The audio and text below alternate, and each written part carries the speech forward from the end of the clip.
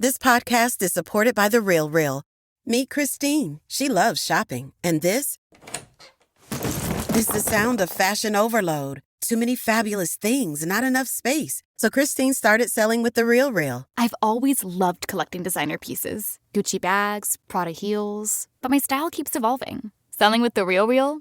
Game changer. I earn more, and they do everything. Seriously, just drop off your items or schedule a pickup. We handle the photos, descriptions, pricing, even shipping. You just sit back and watch your items sell fast to our 38 million members. And I get peace of mind knowing I earn more selling with The RealReal than anywhere else. Exactly. That's the sound of your closet working for you. The RealReal. Earn more, save time, sell fast. And right now, you can get an extra $100 site credit when you sell for the first time. Go to therealreal.com to get your extra $100. Therealreal.com. That's therealreal.com. This is the Pooja and Gurdeep podcast. From 98.1 CHFI Studios in Toronto, Canada. Hey Toronto, this is Ed Sheeran. This is Kelly Clarkson. Hi, this is Bryan Adams. This is Adele. This is Madonna. It's Michael Bublé, and you're listening to the Pooja and Gurdeep Show. It's fun. They're amazing. Look, we love the holidays. There's so much magic about it, getting together with family, just a bit of time off to decompress, reflect on the year, start mentally preparing for the next year, time with loved ones. Maybe you're getting away. There's so many good things, right? But there's also some things, to me anyways, that just don't make sense. And that's what I'm wondering about.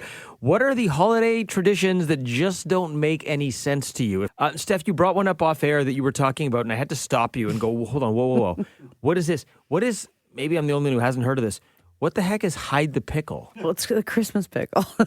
Oh, okay. No, that makes so much more sense now. Hide the pickle is a different game. But the Christmas What is hide pickle? the Christmas pickle? Sorry. So the Christmas pickle is an ornament that looks like a pickle, and it's like bedazzled and bejeweled, and it's an adorable little pickle. You have a bedazzled pickle? I do. Thank you for asking.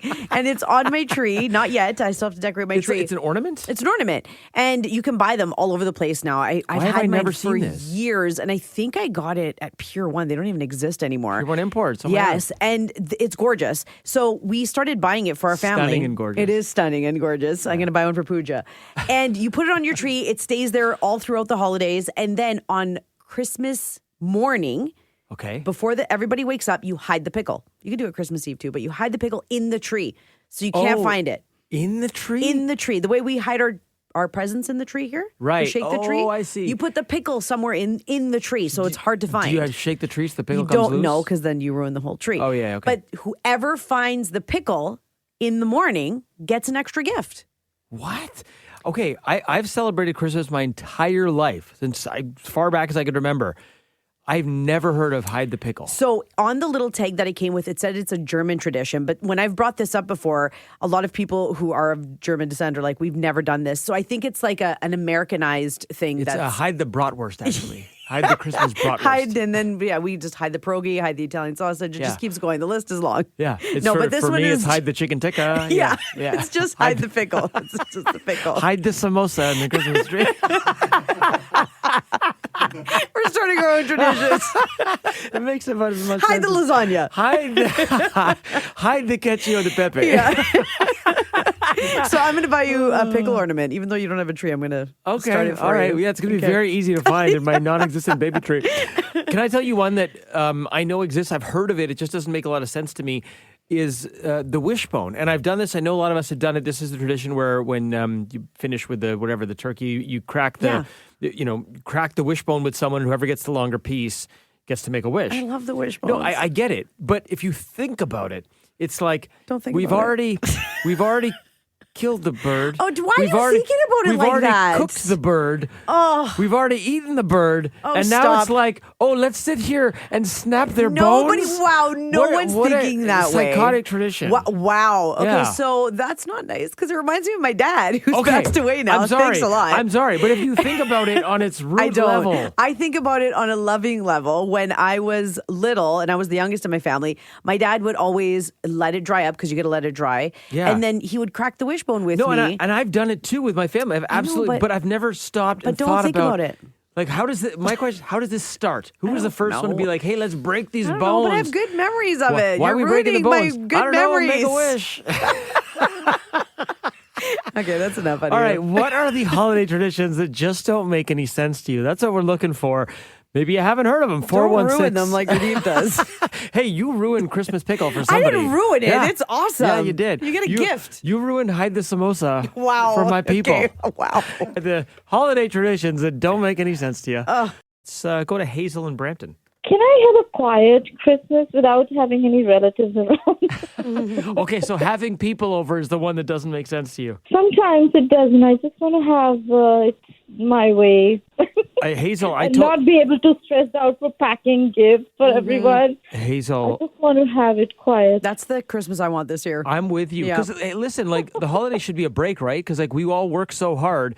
When you get a week or if you're lucky, maybe 2 weeks off from work, you just want to reset and fill your cup a little bit, right? Yes. Be ready for the next year. Hazel, I'm so with you. If I might make a suggestion, buying gift cards for people instead of presents. It makes your life a lot easier. I made that pivot 4 years ago, and I've never been happier. Thank you so much. Thanks so much. Happy holidays. Happy holidays to you all. Text coming in to go along with Steph's hiding the Christmas pickle. I love that this is your tradition. Yeah, now. it's mine now. They have a golden pig ornament that is apparently a Czech tradition where people fast during Christmas Eve and then a golden pig ornament is hung. The Americanized version says the person who finds the pig ornament gets an extra dessert on Christmas. Ooh, extra dessert and then an extra gift. This is fantastic. No, just what are the other? No, because my pickle will give you the gift. You got to find the pig and the pickle. The pig will give you the dessert. What if the pig is riding the pickle? What if the pig ate the pickle? Oh, okay, then you get both. Then you get both. That's from Carrie who texted that in. Thanks so much for that. Let's go to Drew in Hamilton. What's the holiday tradition? Oh no, okay, we don't have Drew ready. Okay, let's do another text here then. This is Linda who says, open the back door, then the front door, old year gone, new year welcomed, while banging pot with a metal spoon. That's a tradition. I don't know. Is it? I've never heard that before. Okay, I'm going to open the back door, then the front door, old year gone, new year welcome, while banging the pot with a metal spoon. Yeah, that is a big thing in our house. Really? It used to be. My mom would go out and annoy the neighbor at night and bang those pots. And for that exact reason that you just said, that's why she did it, and she did it every year. And so was this like on New Year's? It was New Year's Eve, yeah. As soon as we hit midnight, bang, bang, bang, bang, bang, bang, bang. You do this during Leaf games. I do this during playoff Leaf games and during COVID to thank all the healthcare workers, remember? Yes. Wow. So I can bust the pot and spatch out again on New Year's Eve? Do it. To welcome the new year. Front door, back door. Yeah, okay, I can do that. That's like cool. that. So you're letting the old year out and you're letting the new year in. Is that what that's supposed to be doing? I guess? Evidently. While banging on your pot. While banging on your pot. Okay. I like that Chris also was telling us a little bit about a birthday cake that you guys do on Christmas All right, Day. I'm telling the story. You guys, Okay. I love this All tradition. right. I want to do this. What do you got here, Christopher? All right. So we all know a slab cake from Costco, right? You know the big slab cake from Costco, right? So my family on Christmas Day, when we get together, would bring a slab cake, and on it, on it would say "Happy Birthday, Baby Jesus." And after dinner, the cake would be brought out to the table, and we would sing "Happy Birthday." They're celebrating the birth of Baby Jesus. We would sing "Happy Birthday" to Baby Aww. Sing "Happy Birthday, dear Baby Jesus." Just like we'd sing "Happy Birthday" to you, we sang it to Baby Jesus. I'm going to incorporate all these new traditions. I'm doing it. Also, can you imagine going to Costco and asking them to write that on the cake? Dear baby. I mean, there's probably a lot of people who do that every year, Fair, right? yeah. Oh, man. Okay. I like it. I'm learning so much. Thanks for all the calls and texts. We appreciate it. From CHFI Studios, It's the Pooja and Gurdeep podcast. It's Christmas lights day. Appropriate because it's December 1st, and not to put pressure on you, but if your Christmas lights aren't up yet, what have you been doing? They should be up by now, right? It's cold, though. So here's the thing. Last year, I was probably putting them up the last 2 weeks because it was warmer. And I was like, oh, this is great. It's freezing. Brutal. It's freezing. And I was trying to put some up yesterday because I'm like, it's time. Like Mariah Carey, she already sang. She told us it's time. So we left our Christmas lights up on the house. Okay. Because I had to put them up last year, if we remember this story. Oh, because your Stefano partner doesn't like Stefano heights. doesn't like heights. Yeah. So you had to. And then we'll take them down. And I'm like, I'm not going back up there. So the lights on the house are on. Okay. And then we That's turned good. them on, which is Yeah. great. They're working? And then so I used to live in a house years ago. And then when I moved back to Toronto, I moved into a townhouse. So I got rid of all my Christmas decorations. No room. Because I had no room. And my townhouse was the main floor floor and it was kind of like sunken in. I had nowhere to put it. So now that we're in a house again, last year we just had the lights on the house and then I had like little lights everywhere just to kind of like, make it a little bit better. Make it pop, yeah. But I'm like, now my neighbors have all these beautiful lights. I'm like, I want lights. Oh, you're giving in to neighborly pressure? Because I love Christmas and I love lights. So I ordered reindeer from Walmart over the weekend, like last weekend, and I had them sitting in the garage and I was like, oh yes, we got to put the reindeer out. So I got the reindeer out. We were freezing because it was like just wet and damp outside and cold. So it made it colder. And then I got more Christmas lights and I put them around my railing at the front steps. Oh, wow. Look at so you. It looks so pretty. I'm not done yet. Are you spitefully looking at your neighbors and gritting your teeth while you're putting it all up? No, being like, I got more? I'm not jealous. I'm just like, I want that. Like, I want my house to look nice too because I love Christmas lights. I think you missed a real opportunity. Or like, you just asked Walmart to hook you up. They would have come. Walmart, okay, I'm looking at our studio. I'm still not done. Walmart decked out our studio. They could have done what's in our studio to your house. There's nothing more Christmafied than our studio, thanks to our friends at Walmart. I would love that. I'm telling you, like, I can't put enough Christmas lights out. Like, even my boyfriend's like, hey, that's enough. I'm like, no, it's not enough. I need more. You're I want Chevy a lamp. Chase. You got a real problem. I do. I love Christmas lights, though. Can I say, though, Christmas lights have gotten a lot more convenient than when we were kids. Yes. Like I'm thinking back. Do you remember, like, the multicolor, like the thick, chunky lights for the outside of the house? I love those lights. I love the thick, chunky lights. Does that not remind you of your childhood more than anything? Yes. And then my dad had to go replace them. You had to go buy the right color if you had the colored lights. Yeah. Steph, I have memories of myself, my dad, and my brother on our roof. Wow. With a staple gun. Like Chevy Chase. Yeah. And we're like, because you want them right on the edge where the roof kind of, like, I remember leaning towards the front and trying to help my dad and like leaning on the staple. I'm like, how dangerous. Because I don't think clips were a thing back then. No, the things we used to do, like literally risking your life to put up Christmas lights. It's insane. Like, tell me, I'm in a condo now. It's easier now to get them up, right? Like, we bought the ones that have clips on them and they're LEDs. But you still got to get up on the roof. We did. The problem is now is one is burnt out. So the lights don't go out, but that one is burnt out and you can't change the light bulbs. You have to change the whole row because the LEDs are supposed to last for like 10 years. Oh, that's so frustrating. And they're only 1 year old and the light bulb burnt out. So what? That shouldn't happen. I know. And I don't have the receipt from last year. So I know. I know. That would drive me so nuts. I'm going to put a bow on it. Because every time you pull into your place, you don't see the 8,000 beautiful lights. You see the one that's missing. And it's right over my front door. It's so annoying. It's like a hockey player smile. Yes. They got all their jibs except one. Yes, I do. I have like a little hockey player house. You have a little hockey player house. That's okay. You're very Canadian. Thank you. The Pooja and Gurdeep podcast. From 98.1 CHFI. Make a gift day. This is certainly not a day for me. I feel like you and Steph would probably be pretty good at this. You know what? I feel like I should DIY more often in it. And we're not alone. Around 44% of Canadians are expected to gift DIY gifts or homemade presents this year, which makes sense. You know, budgets are tight. If I had to come up with something, I'm lost. I have no idea. So I had to do a quick little Google search. I put in easy, simple ingredients, doesn't cost a lot. Okay. And this is what I came up with. A couple of ideas for you, okay? Okay. How does this sound to you? I don't know what you're going to say. I'm terrified. A mulled wine kit. What? Okay, dumb question. I know what wine is. What is mulled wine? It's just hot wine? Pretty much. Hot with wine. some spices, right? With some spices. So you give them a bottle of wine and then you just give them like a little small sachet that's filled with like sachet Shantae. Yes, it has like cinnamon sticks, cloves, orange slices, nutmeg, bergamot. Yes, all of those things. And the instructions are simple. You just simmer the wine, you add the spice mix, and then it's like so tasty. Is this just like a warm hug. So this is like regular red wine. You can put it in like the microwave or a pot or something and boil it. Well, you put it on the stovetop. Not microwave. Well, I don't recommend it. Don't microwave your wine. Yeah, because you want to simmer it, right? And you want to get all those spices and all that flavor. Okay. That's so easy to do. You're probably buying wine for someone anyway, and then this adds a little extra touch to it, which is nice. And then this one is really simple. How does this sound? Pink Himalayan salt scrub.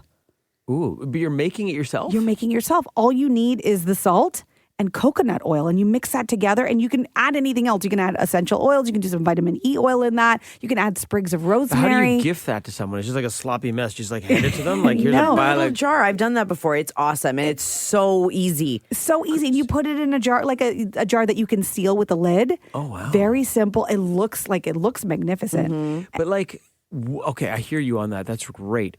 Would it not just be easier to Like buy like a gift card to Lush or something. But that's when it starts to get expensive. You're probably going to be spending at least $50, right? Right. So here it's not going to cost you as much. It's DIY. You're still going back to gift cards. Because here, it's a DIY break. We're talking DIY. Our greatest resource is time, and I have no time. Not what we're talking about. I think that's the beauty of DIY. Listen, I'm going to do it myself. I'm going to walk myself to Queen Street West, and I'm going to go buy some gift cards. I did it myself, guys. DIY gift cards did not make my list. DIY. But let me think about it. DIY for me stands for do it you. You there. You do it. Okay. For me. All right. This was a waste of time. From CHFI Studios, It's the Pooja and Gurdeep podcast. So when it comes to your Christmas tree, are you traditional or are you trendy? And of course, every year there's new trends. There's things that people are doing with their Christmas trees, all sorts of things. And maybe that's your thing. You're like, what am I going to do different this year? Some people are just really good at it, you know, and they love being able to go and buy all the ornaments and all the decorations, and they can make them all work together year after year, or they have enough of a selection to begin with that they can mix and match. Right. I have a feeling I know your answer, but are you more traditional or trendy? So I want to be trendy. And every year I say this, every year I'm like, I'm going to go buy brand new decorations. Yes. But I love my old decorations. And I don't have a ton of like sentimental ornaments. I just love like the rustic colors, like the muted, the matte golds, and the kind of like the rusty colors and the dark greens. I love that. And it's all back. I mean, that's all back. It's going to make its rounds, so it'll be back one year. It's so true. I will admit that I think I like to say I'm more traditional because I like a classic look. Even when I picked out all my ornaments, you know, over a decade ago, my husband and I picked them together. I made sure they were sort of like classic. They were always going to be cute. Yeah. No matter what. So I do like that traditional look, but I have indulged in some trends like the ribbon trend.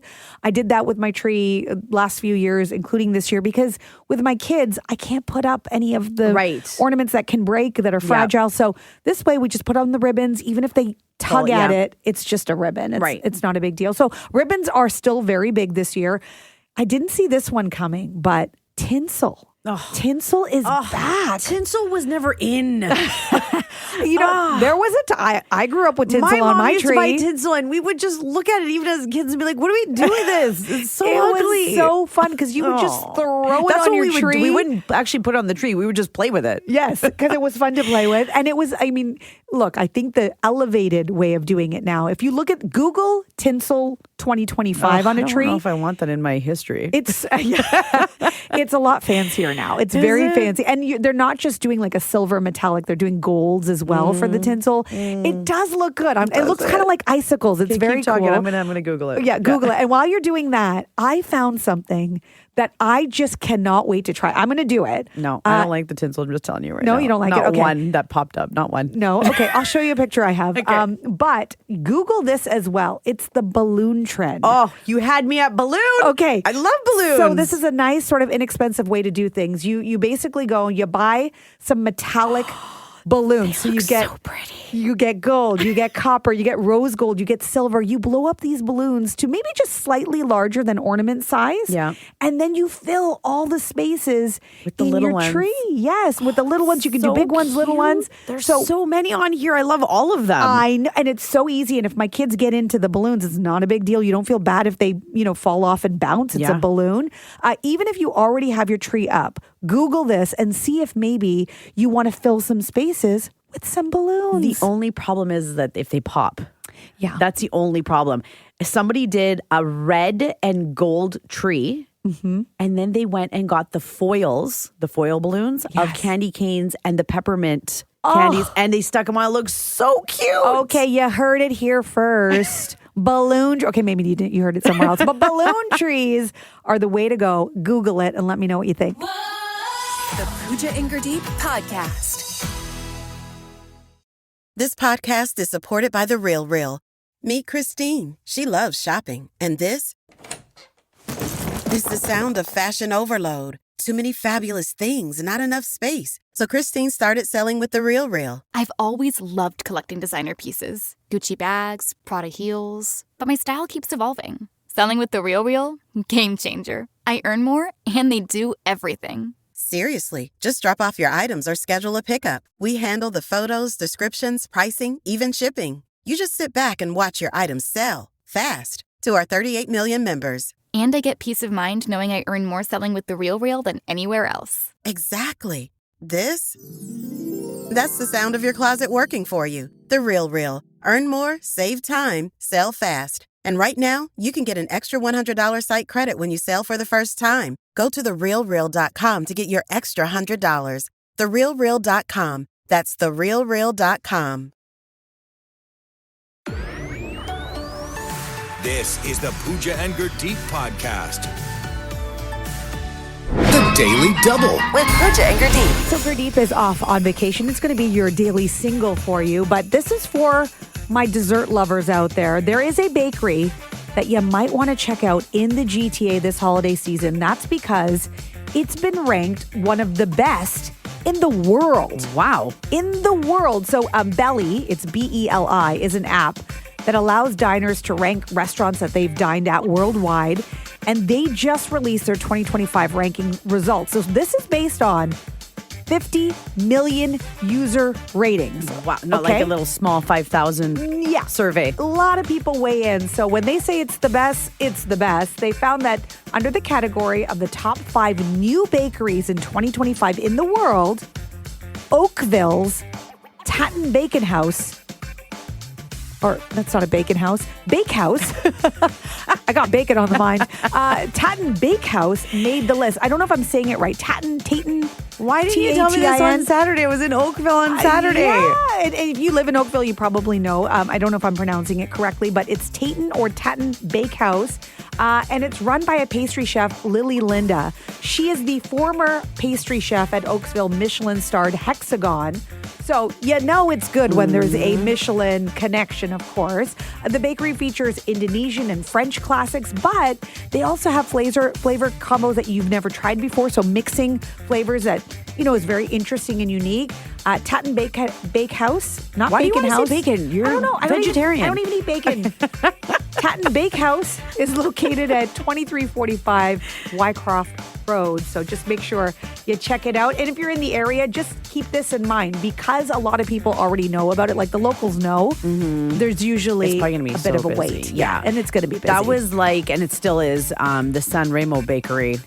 I heard about it way after it became like famous, and I went there, and the lineup was so long. Yes. Yeah. I mean, we might as well shout out your favorite bakeries. Well, you're always raving about their pound cake, and I have yet to try it.